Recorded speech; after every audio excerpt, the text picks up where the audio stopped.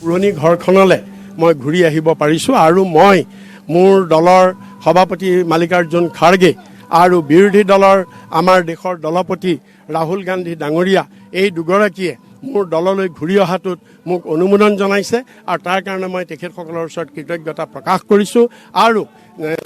general secretary all India কংগ্ৰেছৰ general secretary অসমৰ in-charge Jitendra Singh ডাঙৰীয়াই এই গোটেই মধ্যস্থতা কৰিছিল গোটেই যোগাযোগ কৰি মোৰ জইনিং সুগম কৰি তুলিছিল তেখেতক মই ধন্যবাদ জনাইছোঁ আৰু ভূপেন বৰা ডাঙৰীয়া সভাপতি লগতে গোটেই অসম প্ৰদেশৰ গোটেই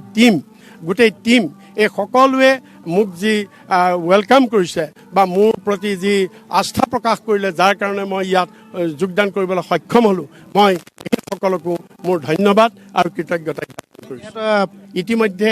যোৰহাট ছিটটো আমি দখল কৰি গৌৰৱ গগৈয়ে দখল কৰি সেই ঘাটি কিছু পৰিমাণে ভাঙা হৈছে আৰু এতিয়া আমি উজনি অসমৰ পৰা ৰণডংকা বজাই এই উজনি অসমত বিজেপিৰ ঘাটি সম্পূৰ্ণৰূপে উৎখাত কৰা হ'ব আৰু এতিয়া ৰাইজে সেইটো বিচাৰিছে গোটেই অকল উজনি নহয় উজনি নামনি বৰাক ব্ৰহ্মপুত্ৰ সকলোতে